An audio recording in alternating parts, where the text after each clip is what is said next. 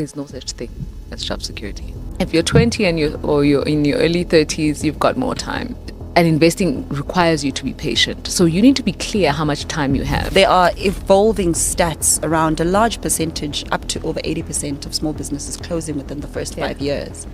We also think of investing as this foreign concept when it isn't. I think we need to demystify this thing and stop making it seem like it's such a foreign concept. It's out there. It's bigger than us. It's not bad, right? And also, guys, we need to bring back the idea of the work ethic. You doing something in order to get something That's out. big.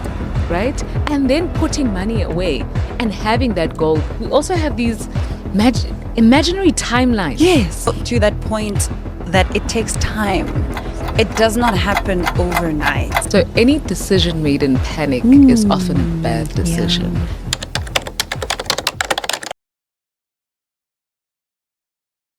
Hello, Resonate community, and welcome to the best and the biggest sales and entrepreneurship podcast in the whole wide world. Today's conversation is special because we're joined by a woman whose work sits at the intersection of money, strategy, and purpose. Her name is Cikido-Nkatu, and she's an executive at Nedbank with deep experience in retail investments, digital transformation, and client-centered product design. Hey, listen, let me tell you something. This is about to be an amazing podcast episode, okay? She's also an international speaker, a financial educator, and one of the sharpest minds when it comes to helping South Africans make smarter and more empowered financial decisions.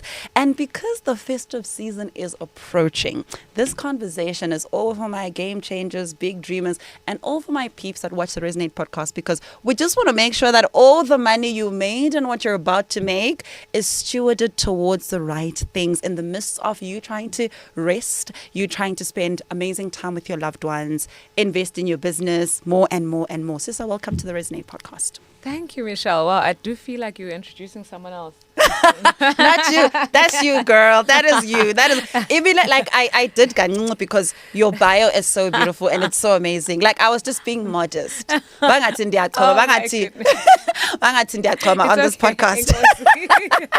I did just, small job, okay? But I'm so excited to talk to you. And before we get into a big conversation, we do what we call a fire round of questions. Okay. Because we want to pick your brain a bit, Oh, my okay? goodness. And because we're talking about money, I've got money questions. Oh my gosh. For you today, because listen, we are ready. We've been hustling the whole year. Yeah. Okay, we've been grinding, we've been working, and it's time to reset. So the first question that I have for you is, what's a money belief that took you years to unlearn? Sure. That, I guess, the concept of you can have it now as long as you can finance it, right? There was a time in my life where I had a lot of debt, but I thought it was fine because I could service my debt, right? And I was paying unnecessary interest. I had multiple credit cards, and I had everything I wanted when I wanted it. So I had no concept of delayed gratification because I came from a background where I was constantly told money doesn't grow on trees. I was raised by a single mom who was often struggling to make ends meet. And then I was like, one day when I have it. And then one day arrived. And I really could have done better. I could have been a better money steward. But that took me a long time to unlearn. Sure. Yeah. That is so big, especially for people who've just joined the workforce, and also entrepreneurs who've just had a big break. Yeah. That's a big conversation. Okay, I want to get a little bit more into some of the things you mentioned a bit 100%. later. My second fire round question for you is, what's your personal money red flag? Sure, my personal, for me, Yeah. as in my personal context, ooh, girl. Or let's say the ones that you've seen from like people around you. Ooh, girl. I guess my biggest money red flag is how people are okay with money leaving, but not knowing how much is leaving and how much is coming in. I think that's the biggest red flag. Yeah. When you don't know how much you're earning versus how much you're spending. I don't think you have much regard for money, and money has respect for those who regard it. Ooh! It's a very personal relationship. So yeah, I think when you disregard money, it disrespects you. Yeah. Money has respect for those who regard it. Yeah. That is profound. Oh, money, I regard you. Please. Respect me. I respect you. I regard you. Please. Okay, cool. My third question for you is if you could ban one financial behavior in December, what would it be? To be honest, I don't know if ban is the right word, but if I could help people in general, I mean, we call it black tax, right? But it really is sometimes just black love, and we want to show love to our families. We want to show love to those who are less fortunate than us and our families. We want to do big things, and most times, yes, sometimes it does come from a place of guilt and being guilt tripped because you're the one who made it. Yeah. But it also does come from a place of love, I think. Yeah. And really wanting to empower and improve people's lives that we love. So I would say the biggest thing is just be honest, firstly with yourself and then with the people around you. Set some boundaries, right? If 2,000 Rand is all you can spend, that's all you can spend. Make sure that you don't make it 20 because that's someone's expectation. Yeah. Right? If you can... And I've gotten into the habit of becoming a cheapskate with Christmas gifts because I'm like, it's really just, it's about opening the gift. It's about getting excited. It's about everybody coming around the Christmas tree. It's not about the value of the thing. Absolutely. Right? And I've also started having conversations with those around me that are trade-offs. That say, yes, I actually traveled or drove down, whatever it is, to the Eastern Cape. I therefore will not be contributing the same as someone who lives here. I will contribute this because this is what I can afford, right? And I think we have a lot of shame around not having money, whether it's with our friends, whether it's with our families. And I mean, I remember having a period where I was a little bit, I actually don't like using that word, so I won't call it broke. But I was short on money because I was doing a couple of things, renovations at home and etc. And I remember having to have conversations with my friends around, guys, I can't go out this week or this month. Or if we're out, no, I'll have the cheaper meal. I'll have something from the starter menu. And if you don't mind, I'll pay for this portion. And I think having honest conversations and not being shy, firstly with yourself, I think, because you can't be honest with Michelle if you're not honest with yourself as Cesar, right? And being very clear about your money goals and why it is that you're doing what you're doing. Or you find yourself spiraling. And that's the thing with December. It's iyafika iyadlula. In a few weeks, it's going to be January 2026. We're going to have money for school fees. Or your tire will burst, or your rent is going to be due, or whatever it is, right? It's still going to be there. So also I would really try and I understand the spirit of December. It's nice, you know, that we're letting go, all of that. As much as it's a very nice lifestyle type of thing for South Africans, but I would really kind of try and remove the idea that December is the all and all. Yeah. You know, when you say that, I'm just thinking to myself, December is literally only like 2 weeks. Yeah, Eva. Like literally Correct. Only 2 weeks. And Christmas is one day. There is no need for you to have food. There's no need for you to have everything unless you can, right? There's no need for you to go now and get into debt and go buy food on credit because you must have the gammon and the lamb and the oxtail and the fish and the this and the that. Really, it's okay. And I think as I know you're a mom, I'm a mom. Having conversations with our kids is also important to say, this is what mommy can afford, or mommy and daddy can afford, or this is all we can do for now. And when you can, you do more. But it shouldn't take from tomorrow. It really shouldn't take from tomorrow. I want to go ahead a bit because you spoke about something that a lot of people find themselves in the December period, which is spiraling. Like just one thing after the other. You've paid for this. You just got home. Maybe you came with the new car. Everybody's excited. But sneaker 6. And a few days later, you actually realize the damage that's actually been done. What do you think separates people who bounce back versus those who spiral. So what do we do in that moment when you realize that, okay, I think I've gone further than I should have? I spoke about regard for money, and I think when you have high regard for something, you think about it, right, quite a lot. Yeah. You know how much money is in your account, you know how much is going in, going out, etc. But you also need to think about the things that you're going to do with money. I have a friend actually who has a strategy with her mother, and she takes money, whatever, call it 5,000 rand. Yes. And she puts it in an envelope, and she hands it to her mother in the beginning of December. She goes, sisters, this is it. There's nothing after this. However you choose to spend it, no. And she has boundaries. She will not take out 10 cents more. Now, I'm not saying take out cash, because that has also got its problems. Yeah. I don't think it's the safest method. And also it depends where you are in this country. That's true. You know what I mean? But there's other ways of doing it. So you can take money and put it into a savings account. You can take money and put it into a pocket account where you can easily access it. You know, we've got at Nedbank, you've got immediate access savings where your money is actually earning interest while it's in there.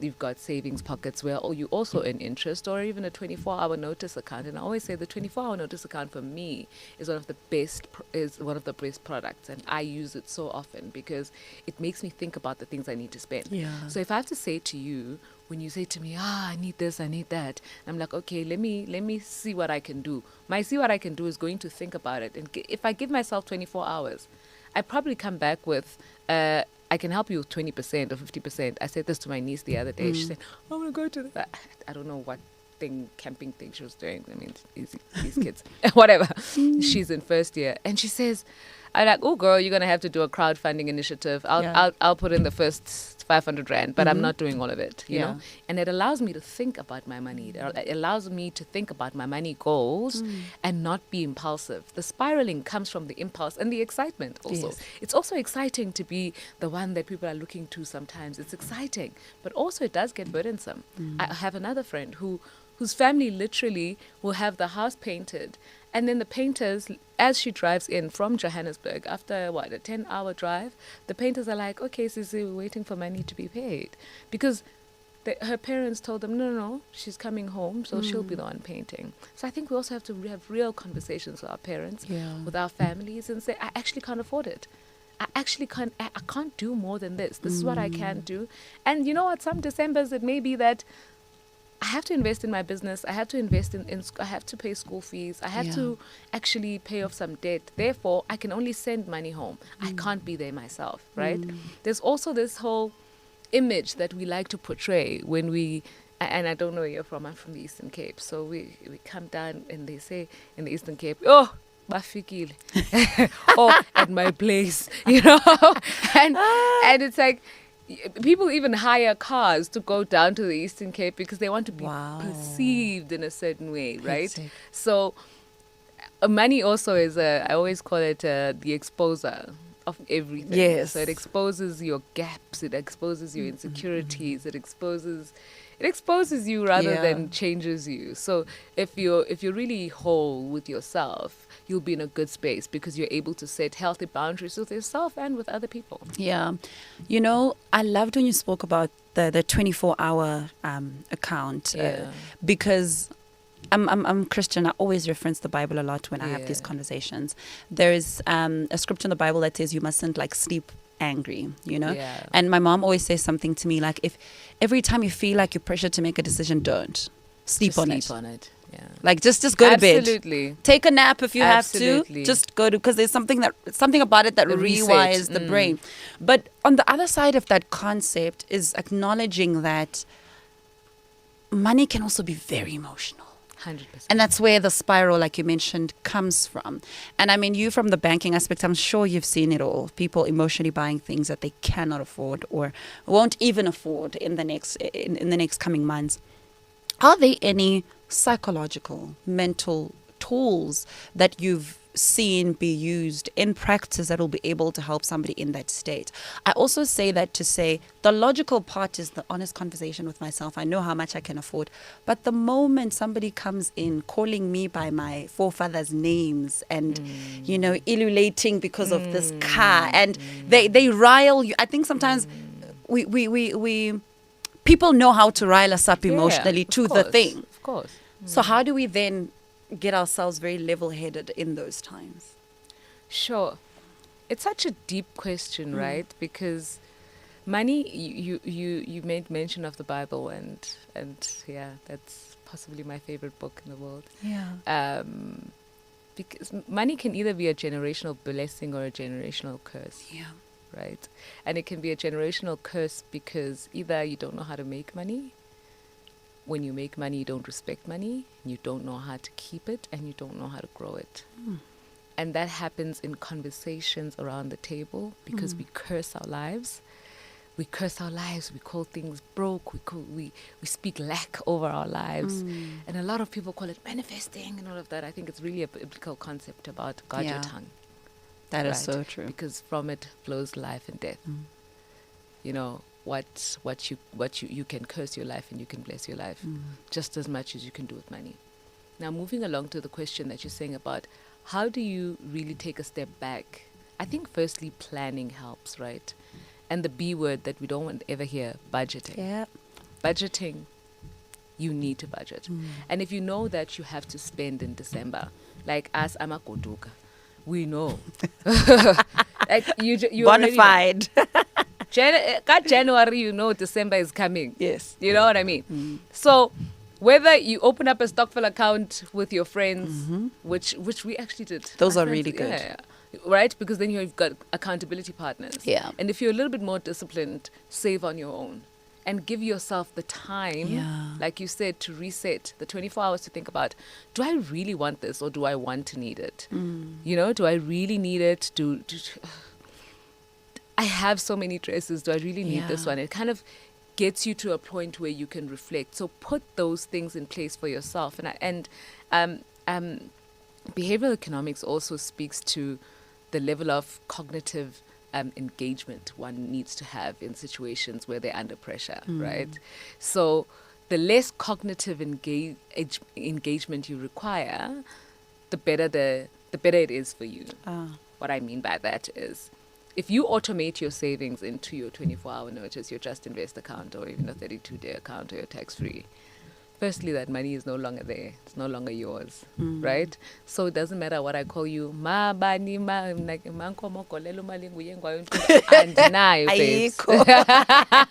Thank you.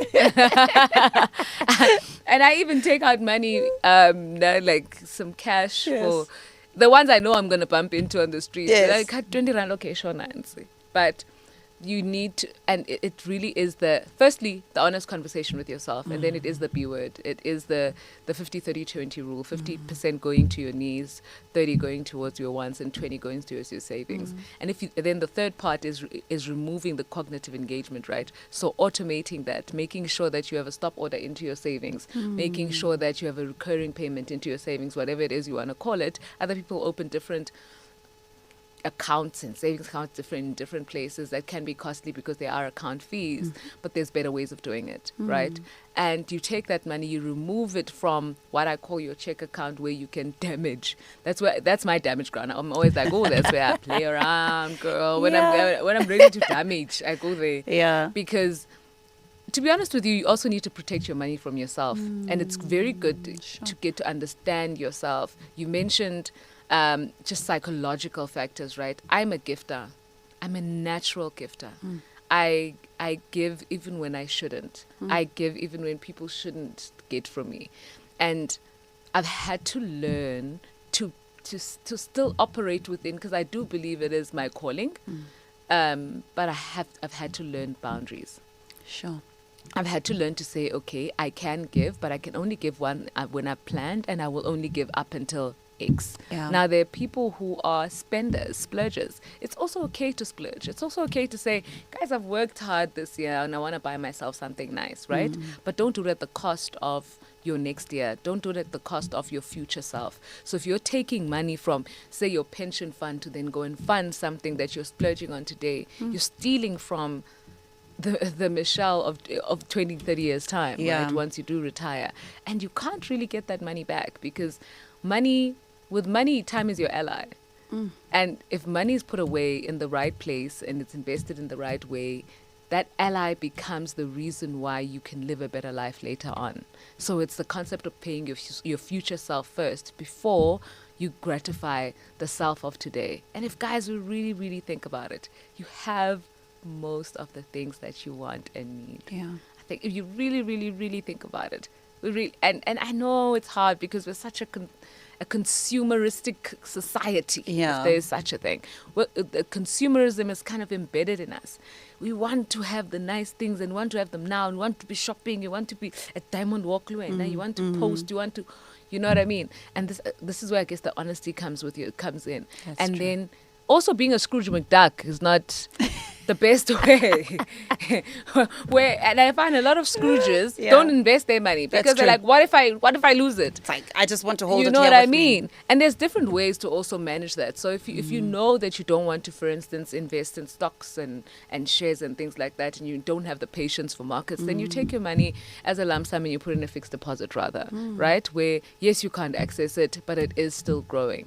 But make sure that where your money is, there is an interest rate attached to it so that it Nice. can work while you're sleeping. And protect your money from yourself. So automate these things. Don't think about it. Don't have to every month say, oh, I must transfer, because there's going to be a month that you are not going to transfer. Or you're going to, as quickly as it transferred there, it's going to come very much back very quickly. Yeah. Absolutely, because I think what you've just opened up is how we can use these digital tools for our gain. Absolutely. Because I think you hear people, I think in the olden day, wow.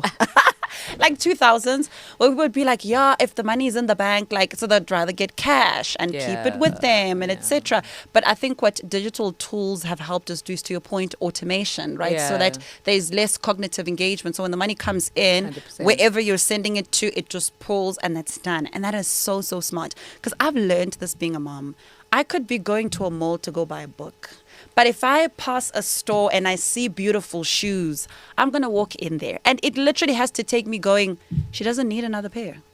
She actually And she's does outgrown the ones Yes. that you bought, the other expensive ones that you bought. She does, actually does. But it is so beautiful. And emotionally, I'm just like, oh my gosh, this is, I just picture her wearing it. Okay, and then you sit and then you look and you're just like, no, actually, and then you walk out. But I think it's because of that automation that actually makes you realize that, no. Yeah, absolutely. No, this girl does not need another pair of Another pair of shoes, shoes, which is exactly. so important. I want to talk about investing, because I think we are coming into an age where we are talking about investing from an African perspective, where when we read all of these books, all we hear is like, the Fortune 500 companies and the Eurocentric way of investing. I want to bring it closer to the African context, but for the average person who might not be making the millions at the moment, and they're saying, I've got a little bit of extra money, I got the car, I got the house, I got the essentials that I need. How do I actually know what to put my money into that's going to help it grow? Sure, Michelle, that's such another very loaded question, right? Firstly, to the point you made around getting cash out and holding on to your cash, is cash depreciates in value. Quickly. If you had 100 Rand 10 years ago, you have 100 Rand today, that's not the same 100 Rand. We both know that. We both know that 5 years ago, you could walk into a grocery store and walk out with your groceries for the month. Now, Like 2,000 usko. Rand, my daddy. if you if you walk out for just 2.5 weeks of groceries, ufumene special. You know what I mean? So money depreciates in value. Yeah. And the only way to protect your money is if you put it away where it earns interest. Yeah. Now, where that is depends highly on the place you're at in your life, right? So the first thing is you've got to, this is not financial advice, guys. I must mention that. For professional financial advice, please do contact a financial advisor. We do have Nedbank financial planners, which you can approach, whether within a bank or you can find them online. But I do think it's very important to understand what you want to do with your money. So I'm a big believer in vision boards. I'm a big believer in seeing the things that you want to have, right? Yeah. Mentally, and then seeing them consistently, etc. So money is, I think, very similar. what do you want this money to do, right? Do you want this money to make you a billionaire or what? And you need to understand the risks that come with that. You speak to a lot of entrepreneurs, right? Yeah. So if you're probably going to start up a tech company and you're hoping one day to be an NVIDIA, you know exactly how much you need to invest. Yeah. You're going to have to consistently invest in technology, etc., and people, and hopefully someone buys you out one day and you make the money. Hopefully. Right? And all of us kind of want that kind of one big idea. Yes. But there's also the practicality around how old are you? If you're 20 and you're in your early 30s, you've got more time. So if you're going to buy shares, if you're going to invest in unit trusts, etc., you can go into more aggressive sort of funds or more aggressively performing markets because you've got time, and markets require time. We saw people pulling out money in 2020 because of COVID, and everyone thought we're all going to die, and anyway, the world is crashing. And people pulled out at the wrong time because that's when most companies were going through a slump because of obviously shutdowns, etc., and the world going through the biggest crisis that we'd ever seen since, I'd say, World War II. Sure. But most of those markets and those funds have recouped. So now you're in a situation where you pulled out at the wrong time, and investing requires you to be patient. So you need to be clear how much time you have. If you're 20 and you're 40, you possibly can't go into the same kind of investments and funds, right? I've recently diversified, for instance, my tax-free savings, which is part of my retirement funding, and diversified into going offshore and maintaining some of the money within country. But that's also because I've got a little bit more time. But even in that, I'm not in the most aggressive fund. I'm in the sort of medium, sort of in terms of aggression. But I also have shorter term savings where if I need to be able to access the money, I can. And then when you talk about investing and where to start, I think it gets complicated in any way, because I think as and I'll speak about Black people. Please do forgive me. I'm not trying to disengage anyone or offend anyone, but we, as Black people, we also think of investing as this foreign concept when it isn't. Our forefathers and fathers have been buying cows, and that cow mates with another cow and makes another cow. Yeah. What is that? It's investing. It's investing. And Sure. what is compound interest? It's your money making money babies because you've given it time. Yes. You've given the cow time.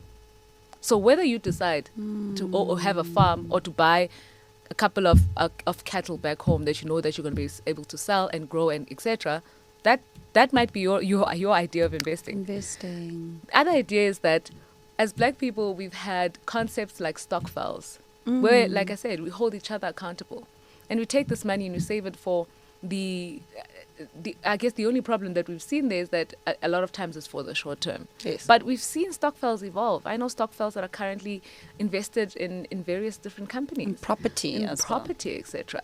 So I think we need to demystify this thing and stop making it seem like it's such a foreign concept. It's out there. It's bigger than us. It's not. Sure. It's always been a part of us. It's always been a part of who we are. But I think the intentionality, and as much as you might have a financial advisor or someone who knows better than you, you also need to do the work. You need to do the work, understand the funds, understand the fund managers, understand the fees, etc., and say, okay, maybe I want to play around with ETFs, and I want to use a platform that doesn't charge me as much as another platform because I'm starting out. And also, if it sounds too good to be true, guys, it is.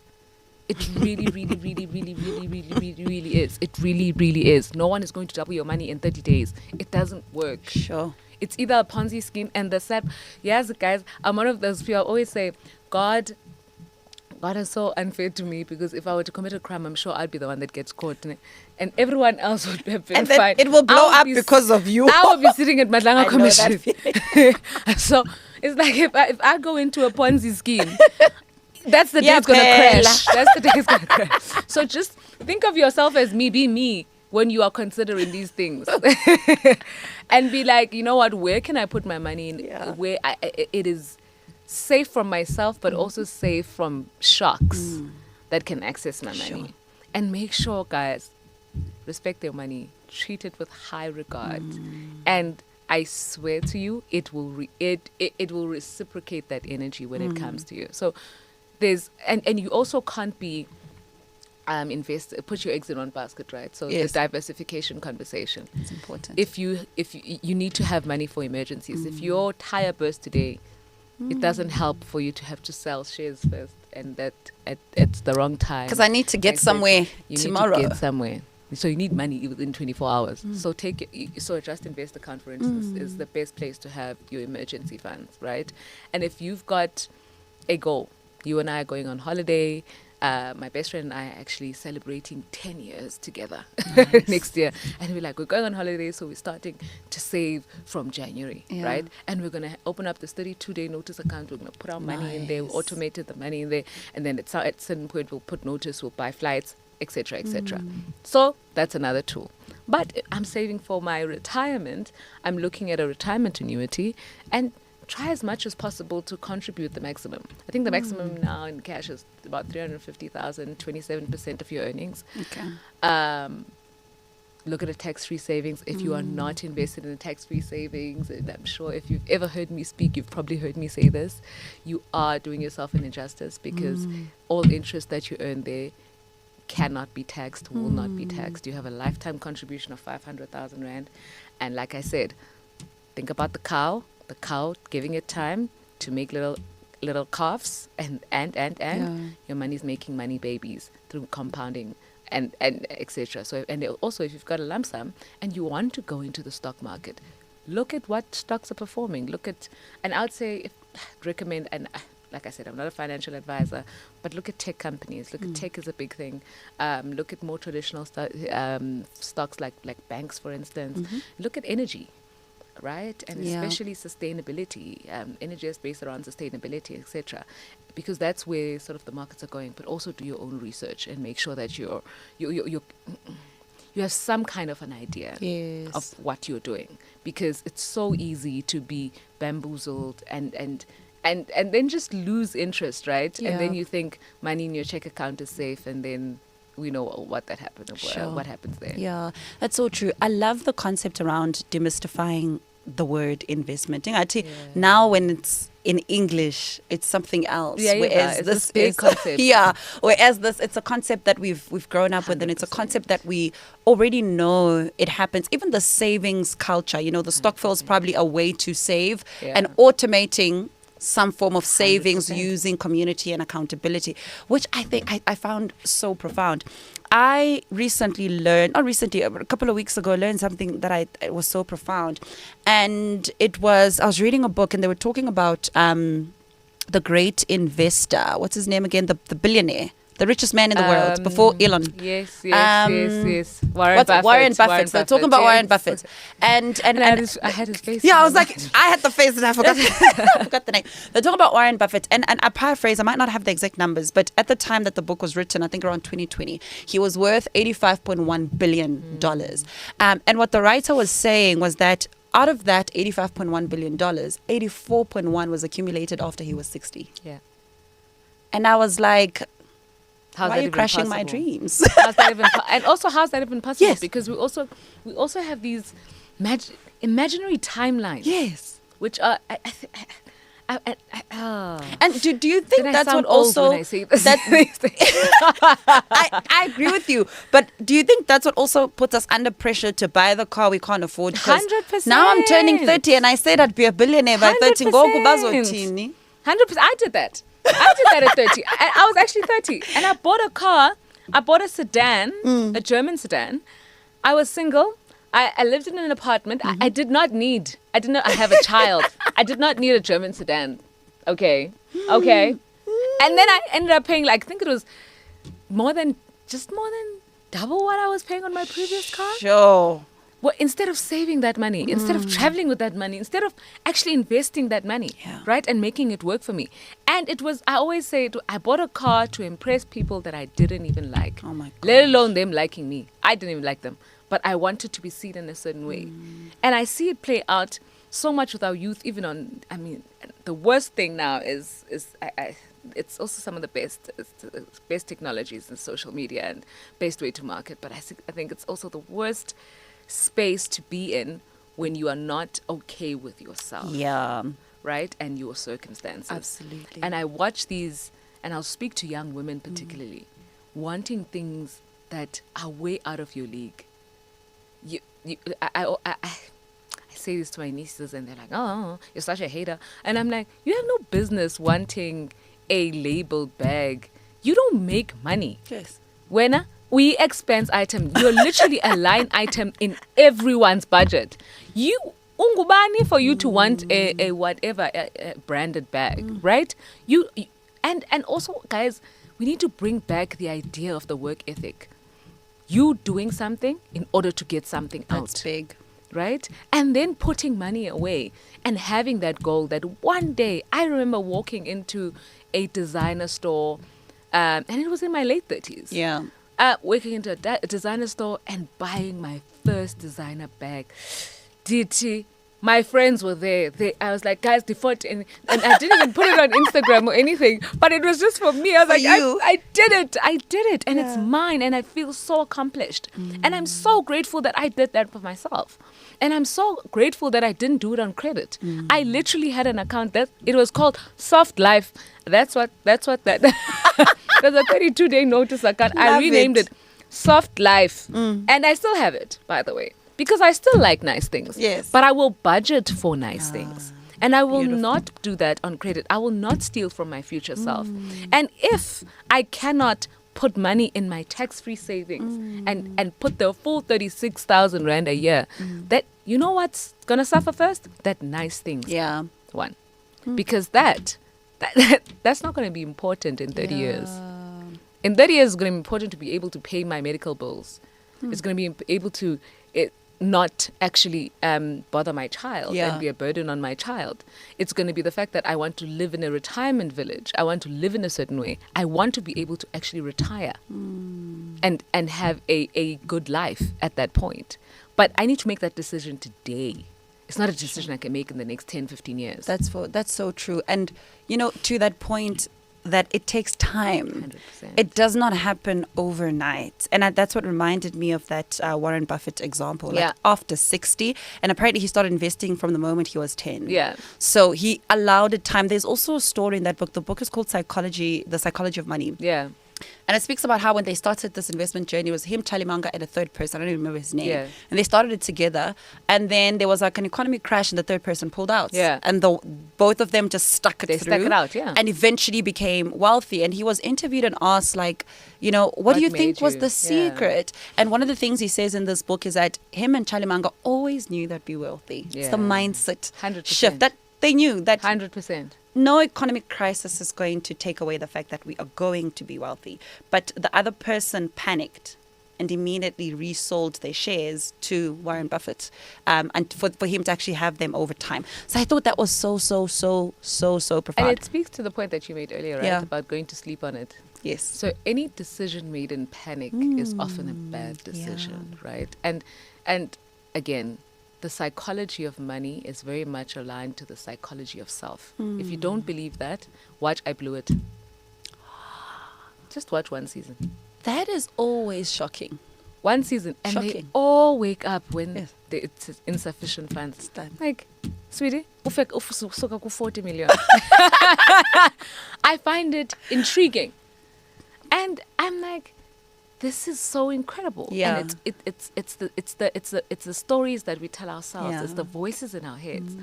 A friend of mine was we're having a conversation, and she makes an example, and she's like, like if you were to go broke, I'm like, that doesn't apply to me. Not even in an example. Not even as an example. That's not my language. Yes. That's not my that. portion.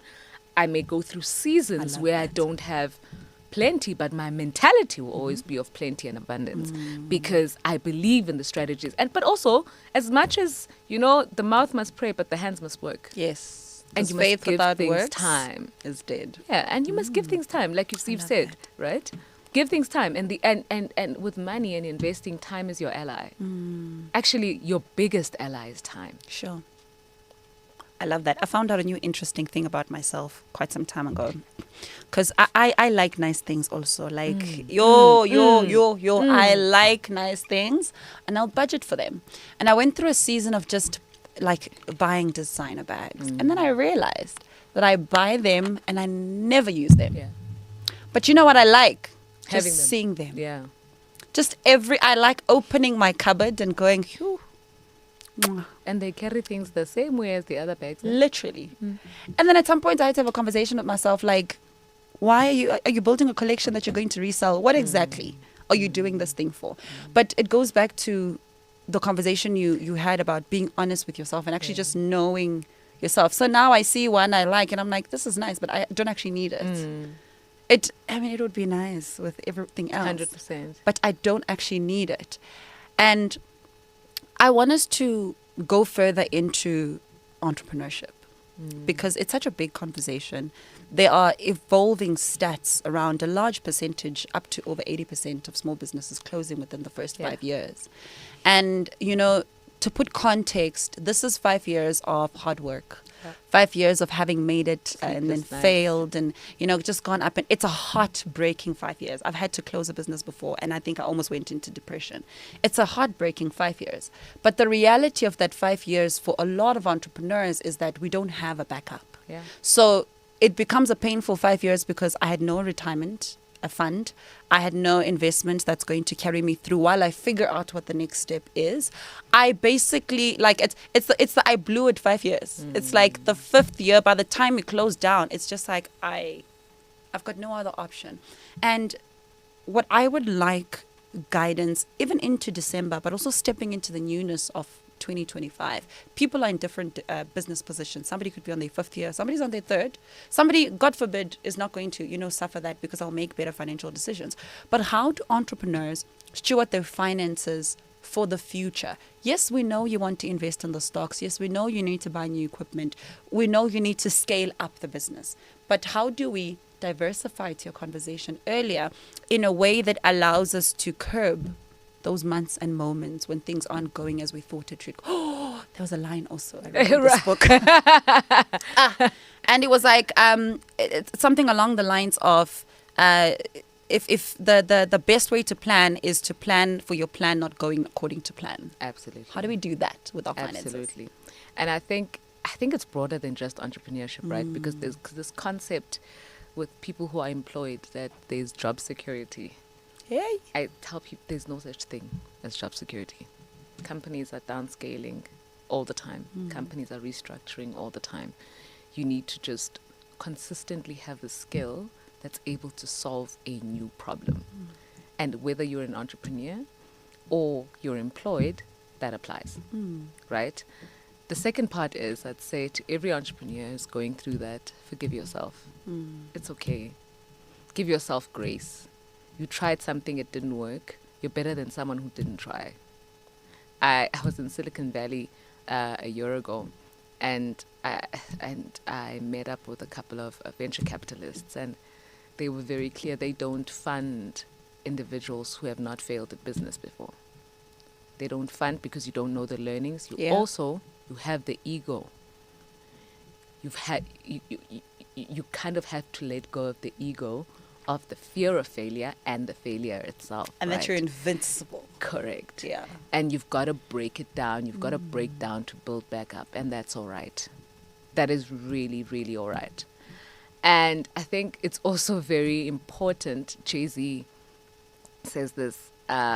He talks about how people want to own 100% of their companies, where there's an investor that comes in and says, I'll buy 49% of your shares. No, we get so attached to businesses, and this is my baby, this is my thing. Yeah. This is money. You can own 100% of nothing or 51% of something with a cash injection. Yeah.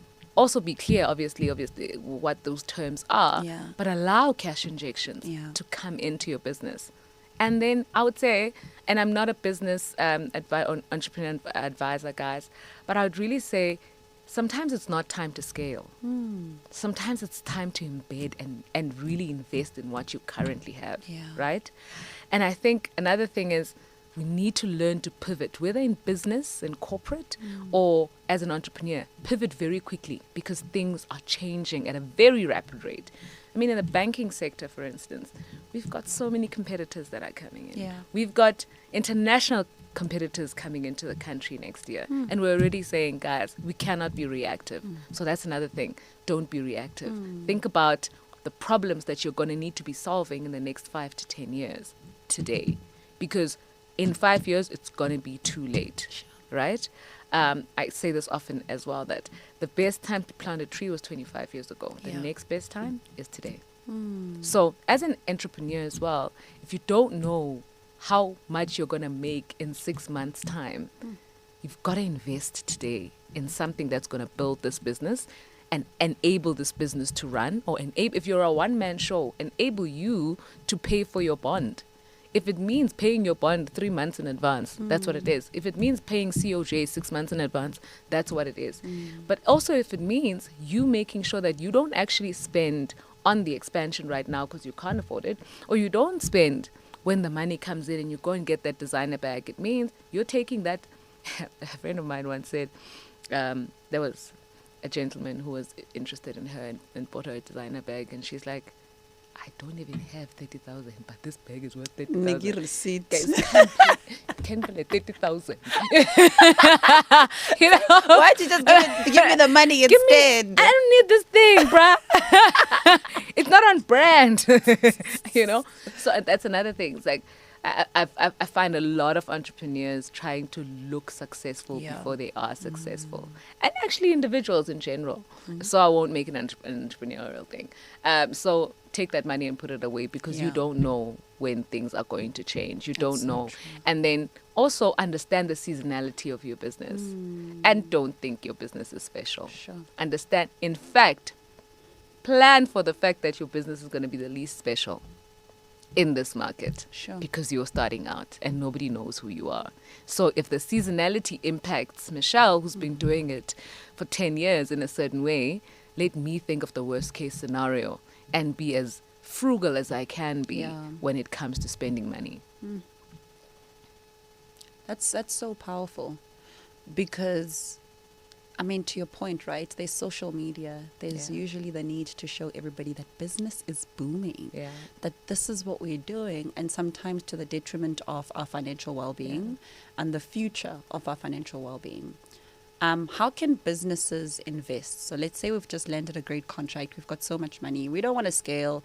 It's in the bank, and we're just trying to figure out where can we throw this money, or where can we put this money as a business, or maybe at personal capacity if that person's a one-man show, to grow it while they maybe figure out what the next step looks like for their business. Sure, I think there are various investment tools for businesses, right? There's call accounts, money market. If you don't know what to do with your money, the first one is put in a money market account where you've got access to it, but it's growing, right? You can also buy shares in other businesses, depending on where you are. Also, to get cash into the business, like I said, you can also consider selling part of your business, the part that you're willing to sell. If you do want to, let's say, expand, scale, etc. Yes, and not use your own money to scale. You can use someone else's money. That's the best way to actually scale. Yeah, that's the best way to even do things. Like use someone else's money. You know, Richard Branson speaks about it a lot, and I remember the book Rich Dad Poor Dad. Robert Kiyosaki also talks about using someone else's money to start the business, to grow the business, etc. And then that also gives you an opportunity to sell. At some point, you can sell, you can disinvest, you can sell your shares, etc. But also, in terms of as a business, you can invest in other businesses. You can invest in other industries that are not in the same industry as yours. Also, you can put your money away in notice deposit accounts where essentially you put money in, you're never going to lose the money because your capital remains safe, and you just gain interest, maybe moderate interest on whatever money is actually there, and you don't actually lose the money, but you have access to it for when you do want to expand or you do have other plans. And remember to pay yourself a salary, guys. The biggest thing is that entrepreneurs think the business money is their money. And then so that's when Instagram comes for you, because you're like, million. ha, million. It must have arrived. I've arrived. Now I say to people, if you think you're a millionaire when you have R1 million, Yeah. spend 50 Rand from it. It's no longer a million. Yeah. And guys, spending is so easy. So you've got to make it difficult for Yeah. yourself, even as an entrepreneur. So pay yourself a salary. Ensure that you do have 3 months of savings to pay your bills, to pay salaries, etc. If you aren't a one-man show, Yeah. or to pay yourself a salary for 3 months, and there is no need to be the best paid employee. You know what I mean? There really is no need. And I think I really empathize with entrepreneurs because there really is such little guidance, and a lot of us start businesses from different points. We start businesses sometimes from a great idea, and it could have been an amazing opportunity, but it was just the wrong time, or not enough planning has gone into it, or you just don't have the tools in terms of the advice, the people that you're sitting around. You're the only entrepreneur. You're probably the first entrepreneur at home, etc. You're not the same as the guy whose fathers, brothers, uncles, whatever. Everybody's an entrepreneur, and they've started a business. They've got established businesses. You're not the same person, and then you want to compare yourself to that person when they're expanding, when they're spending, when they're doing doing X, Y, Z. Also, I think sometimes we start businesses out of need, right? True. Because you don't have a job, or you can't find a job, or the job that you have doesn't pay you enough, and this is a side hustle. So I think it's also very important to understand the why, right? And Simon Sinek talks about, the center of everything you do, whether it's your strategy within a corporate or strategy within your business, is start with the why and understand why you're doing what you're doing. And don't let go of the why. Yeah. Don't let go of the why, because the why keeps you centered. Sure. I read somewhere, I've been trying to remember where, but I don't, where it says when a lot of people say that they want to be millionaires, all they're saying is they'd like to spend $1 million. 100%. They don't actually want to accumulate assets worth They $1 don't million. want to make the million. They want to spend $1 million. Correct. They want to spend R1 million. And I thought that was so profound, because I think sometimes the goals that we have are not a true reflection of the reality of what we would do when that money comes. Absolutely. Or how we're going to steward it. And I love what you said around being able to be honest with ourselves. I think for me that's a very big conversation, because then we'd be honest with others. The other conversation when we talk about money, investing and savings is I'd say historical truth about us as a people. Yeah. And again, we can even move this back to Black people, Africans, and maybe specifically South African, where maybe, do you think that we have I don't have the right word for it, but a thing for ownership? Because maybe we come from a history of not being allowed to own certain things and not being allowed to do certain things.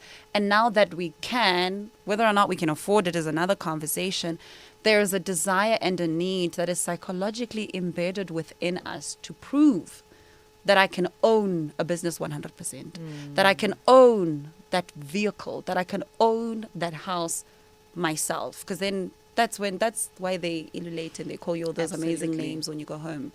Absolutely, because money is a psychology. Saving is a psychology. Spending is a psychology.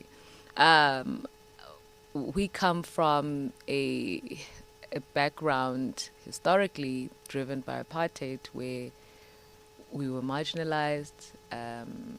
We were not allowed, like you're saying, to move in certain places, own certain things, and have certain things. And there is this sense of wanting to prove that you are the different one, you are the next generation, and you are not like the others. There's also, I think, a culture that is brewing that is outside of that apartheid mentality, that is, show off. And YOLO. let's call it what it is. My mother calls it niyaposta. And this thing of wanting to show people I've got more than what you have got, right? And it comes, that's why I said money just exposes you. It exposes your brokenness, it exposes your rudeness, it exposes your disregard for people and things and self. Yes. Because money can also help you self-destruct. That is so true. Right? Because and this is why I'm bringing this in, and I'll bring in again the I blew it example. Yeah. Because as much as we want to own, you find a lot of those people buy the houses and then they sell them. Yes. Because it was about how people perceived them Yeah. and the money that they were spending rather than the Yeah. actual sense of ownership. Because you would think that you actually want to keep the house so that you do have something to leave to the next generation. Yeah. And I think we don't have enough conversations about the generations behind us and why we are building the wealth. Because the wealth is not just for you. Then it's I won't call it a wasted effort, but it's a half effort. Yeah. I say this to my mentees all the time. If I make it so that you have to walk in exactly the same steps, go through exactly the same hurdles that I've had to go through, that was a waste of time Yeah. for me. Michelle should not suffer the way I suffered. Yeah. Therefore, our children should not suffer the way we suffered. They should have, I'm not saying give them everything. That's why we've seen people have trust funds. There's things wrapped up in trust, investment wrapped up in trust, but we'll never get there if we're only considering today and consuming. That's why we must have a vision, because we will perish without it. And we do perish without a vision. If the vision is just December, what about January? What happens in January? January, I spoke to you about a stockful that we have as girls, and before I became a mom, I would take out my money in December because I'm like, girls, it's about to go down, you know, and my friends who had kids were like, I'm taking it out in January because I've got school fees to pay, I've got uniform to, etc. Yes. So my narrative is now going to change because my child is starting school soon. So it's those type of things that where you really need to context switch. It's very important to context switch. I think ownership is also something that you need to distill for yourself. What do you mean by it? I had the wonderful opportunity. Firstly, I had a dream of becoming a property investor, right? And I've had the opportunities to own properties. I recently had to sell my properties at a loss, by the way. But do you know what got me there? And the humility of not holding on to things was that I was losing money anyway. Every single month, I was losing money. It didn't make sense anymore. I got in where these properties weren't that expensive, rates were lower, and rates came up, and people weren't paying. And then I've got tenants who can't pay rent, and then I've got tenants who trash my properties, and then I'm losing money on a monthly basis. And I really had to sit down with myself and say, is this the best way to invest my money?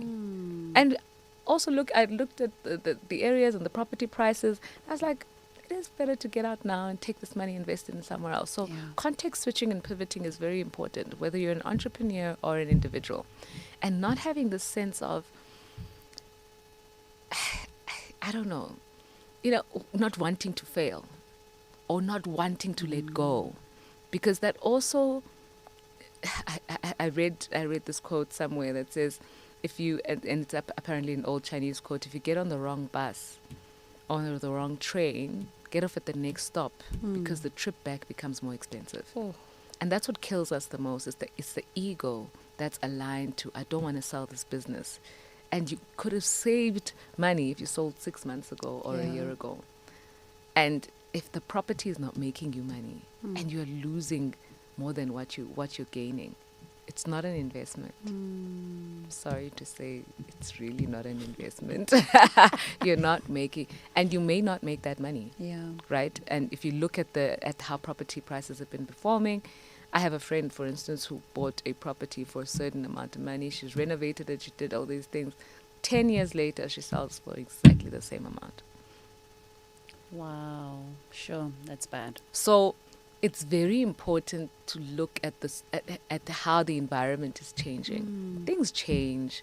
And if you can afford it, fine, that's it, And if you've gotten in quite low and now you're like, the property's worth a little bit more, that's when it's an investment. But really, really look at your life and be honest with yourself. And I'm out here sharing my personal experiences because I'm hoping someone is sitting there thinking, if she can do it, I'm okay. Absolutely. I can let this go. It's okay. Sure. One of the things I always tell people whenever we have conversations like these, or other entrepreneurs or people in general is like how much your bank wants to hear from you. Like pick up the phone and call them. Absolutely. You know, and I think that's such an important thing because sometimes we think, oh no, I need to be a billionaire to have like a financial planner and a financial advisor. They're going to look at my account and say, and it's December, ma'am, you know. But I think just being able to pick up the phone is like one of the big things I can just say, like, just pick up the phone and call the bank. Yeah. You know? Especially if you're in a situation where you can't service your debt, right? Make that phone call first before they call you. Yeah. Because there are various arrangements that banks are able to make with you to help you if you have that conversation first. But also, if you are a little bit shy about talking about your 500 Rand, we've got digital tools. Get onto the Money app. Have a look at where you can start. Start where it's right for you, where no one is pushing you, but you're saying, you know what, I wanna start saving. And if that for me is 100 Rand or 200 Rand or 500 Rand, this is what I can afford. Yeah. And it's about building that psychology of saying, I'm putting money away that I can't access. Even if it first starts with 24 hours, I can't access it for 24 hours. Then it's 32 days, then it's a year, then it's 5, then it's actually 15 years. Yes. You know what I mean? It's about building the psychology because it's really not about how much you earn. That's true. It's about the psychology of being able to say, I am not going to gratify myself today. I am going to pay my future self first. I love that. As we are closing the year, what's a money ritual you're doing to wrap up the year properly? From a financial perspective, like, are you doing any stock taking? Are you printing all your 12 bank statements and going, yay, go yay, green, yay? Go digital?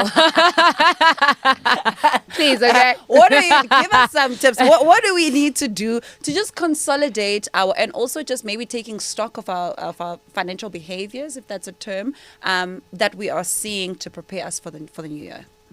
So firstly, I'm very big on rewards, banking rewards, right? And Nedbank has one of the best rewards programs actually in the country. Love it. And I get to earn these rewards. And the first thing I do is I look at those rewards and I'm like, okay, how much am I spending from this thing? Because this is like free money. This has been me, right? But this year's a bit different. I'm like, okay, I'm actually taking this amount and I'm putting it into my daughter's tax-free savings. Oh, nice. Right? Money that I was spending and earning things from, that's the first thing. That's the first stock taking. How much am I putting into her future? That's the one. The second piece is reflecting on my mistakes and all the things that were around, actually life, that made me feel bad, that I don't want to feel again. And money sometimes a lot of that, right? And I always say, in instances where I feel bad about giving anyone anything, I feel lack, you know, because I'm not being a joyful giver. Yeah. And you can only be a joyful giver if you're a planning giver. That's true. Yeah. Wow. So for me, it's then how do I do this better next year?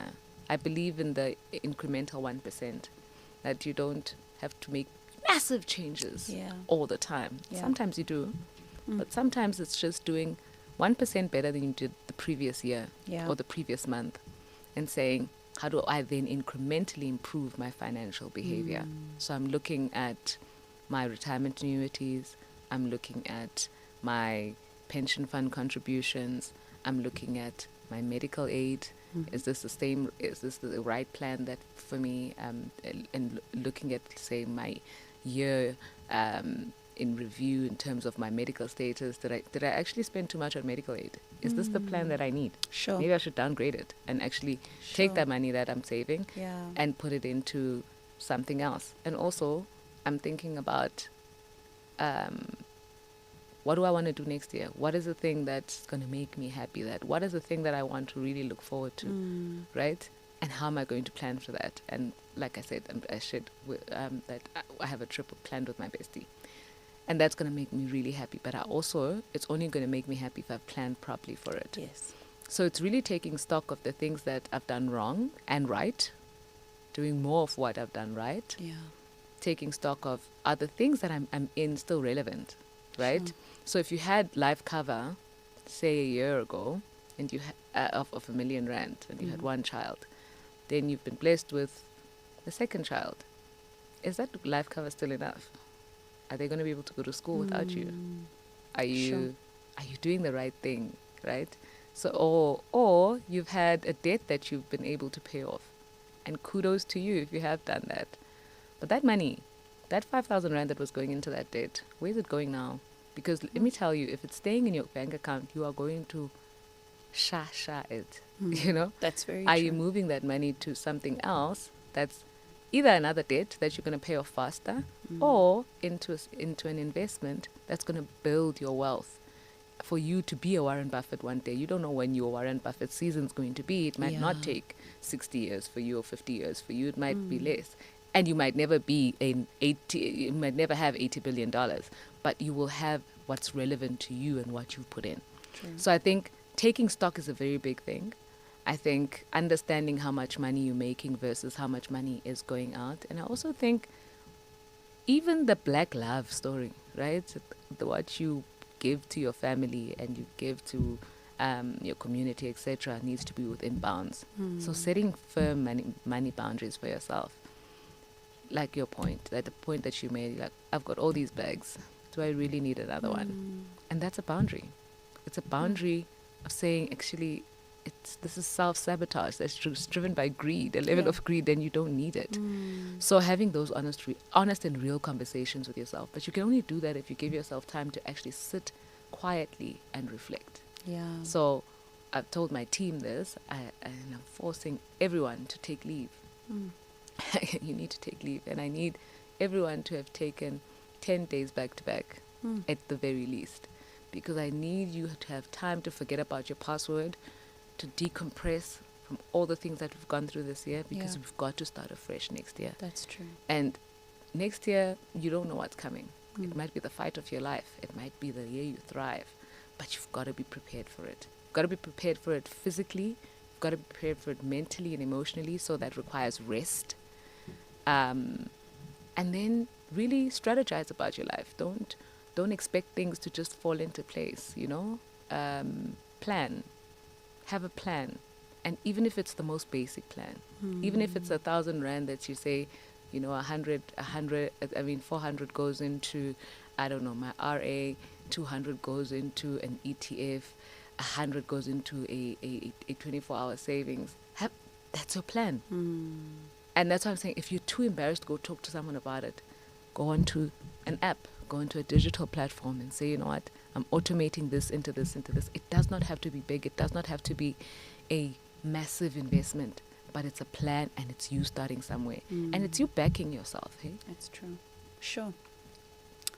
Sisa from Nedbank, everybody. Thank you so much. You laid so many gems, and I think beyond the financial aspect of the conversation, but the mental and psychological things that we need to consider during this season, because it is truly a tricky season that can easily make people start off their new year with so much anxiety and depression 100%. because they've kind of spiraled through the end of the year without really taking stock of the things that they need to do. So it's been such a pleasure. And an honor to have you. Thank you for coming to the Resonate podcast. So while you and I were having this conversation, I have an interesting AI situation happening here, and it gathered for us what maybe we will call the top 10 smart living hacks. Yes. Okay. Like sugar. So as we wrap them out, as we wrap up this conversation, you're just going to give us a thumbs up if you agree with them. It's basically kind of summing all the things that we spoke about together. But I think they're going to be core things for people to remember if they take away anything from what we spoke about in this conversation today. So the first one is to create a festive budget based on reality and not hope. Thumbs up. Okay. The second one is separate emotional spending from essential spending. Thumbs up. The third one is to prioritize experiences over expenses. Thumbs up. Thumbs up. Big one, especially for the black love that we were talking about. The fourth one is to build a December to January cash buffer. Thumbs up. All right. Fifth one is to set family boundaries and expectations early. 2 thumbs up. Big one. Number 6 is to choose your December circle wisely. 100% thumbs up. You mentioned something about like sometimes just realizing that maybe this time you don't have to go, you can send money so you can do what you need to do. Exactly. And be clear that, you know, maybe I'm only going to have one nice weekend instead of all 4 weekends. And actually we treat the whole December like a weekend. Yes. And sometimes you don't have to, just stay at home. That is so true. I love that. Number 7, plan for self-care without breaking the bank. Absolutely. The soft life account. Correct. I love that. Number 8, digital first. Use tech to automate good habits. 100%. Tech is your ally. Yeah. Tech is there to help you. Yeah. And the nice thing is sometimes when you're engaging with tech, you don't have to feel embarrassed. You don't have to feel bare in front of someone else until the time that you're ready. That is so So true. do use technical tools to help you Yeah. and to also to protect your money against yourself. Yeah. Yeah. I really loved that. Number 9 is to declutter. Clean your finances before you clean your house for the year end. Absolutely. That was what they call it, spring cleaning. spring This cleaning. is end of the year cleaning. Yeah, it's end of the year cleaning. Very, very important and really essential to kind of go back. I like that. The 10 and the last one is set one big goal for 2026 and align your spending towards it. 100%. So whether it is being able to pay your child's school fees Yeah. a year in advance, whether it's being able to pay for X that you need to do, whether it's being able to pay off a debt, whether it is that holiday, whether it is the fact that you're actually starting a savings account Yeah. that you want to say at the end of the year, I've got 50,000 in it. Plan on how you're going to get that right. Yeah. Sure. So powerful. Thank you for joining us. Thank you. And thank you to the Sisa. Resonators. Thank you so much, fam. I hope you really enjoyed that podcast episode. It was so reflective, and I hope more than anything you take almost everything that Sisa shared with us in this episode so that you can make wise money decisions at the end of this year to be able to start your January 2026 better. This podcast episode was in partnership with Nedbank, and let me tell you, okay, just call the bank, all right? Because they came on this podcast and they laid so many gems for us, and we are truly, truly grateful. Thank you so much. Have an amazing festive season, and we'll see you guys on our next podcast episode. Goodbye. Cheers.